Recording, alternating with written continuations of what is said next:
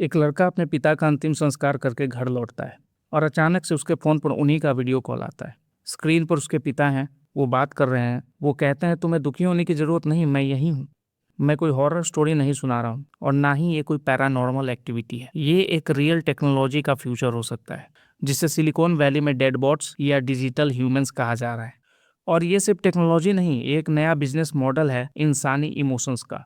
Technology simple लगती है, पर इसके इम्प्लीकेशंस बहुत गहरे हैं। आज आपका हर व्हाट्सएप चैट, हर वॉइस नोट्स, हर इंस्टाग्राम पोस्ट एक डिजिटल फुटप्रिंट क्रिएट करते हैं। एआई मॉडल्स जैसे लार्ज लैंग्वेज मॉडल्स और वॉइस क्लोनिंग सिस्टम इन सब डेटा को एनालाइज करके एक प्रेडिक्टिव पर्सनालिटी मॉडल बनाते हैं। ये मॉडल सीखता है कि आप कैसे बोलते थे, किस बात पर हंसते थे और दुख में कैसे रिएक्ट करते थे। कुछ कंपनीज जैसे सोमनियम स्पेस और इटर्नल यू इस कॉन्सेप्ट पर काम कर रही है, जिसे डिजिटल लीगेसी कहा जा रहा है। यानी मौत के बाद भी आपका एक डिजिटल वर्जन एक्सिस्ट कर सकता है।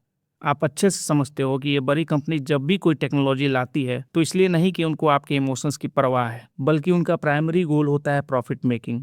कुछ प्लेटफॉर्म्स ऑलरेडी ऐसे फीचर्स टेस्ट कर रहे हैं जहां आप एआई जनरेटेड अवतार से बात करने के लिए पे करते हैं। सोचिए, अगर कल को किसी ऐप पर आप किसी अपने से बात कर रहे हो और बीच में एक मैसेज आए, कंटिन्यू करने के लिए अपग्रेड करें, आप उस स्थिति में क्या करेंगे? ये कंपनीज हमारे इमोशंस के साथ खेलकर एक बड़ा अंपायर खड़ा करने की तैयारी में है।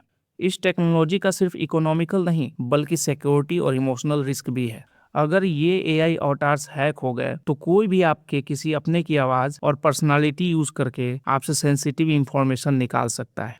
ग्रीफ का एक नेचुरल साइकिल होता है। हमारा इवोल्यूशन ही इस तरह से हुआ है कि हम ग्रीफ से कुछ समय बाद खुद निकल जाते हैं।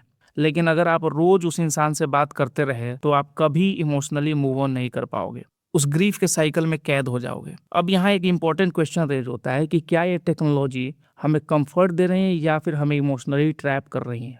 एक और सवाल है कि हमारा प्यारा भारत देश इन सब में कहाँ खड़ा है।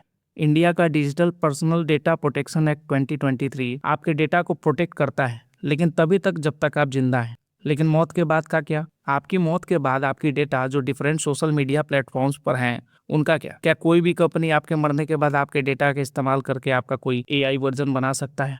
यूरोप में एआई इथिक्स पर डिबेट चल रही है, लेकिन भारत में अभी इस विषय पर ज्यादा बातें नहीं होती और ये फ्यूचर का एक बड़ा लीगल बैटलफील्ड बन सकता है।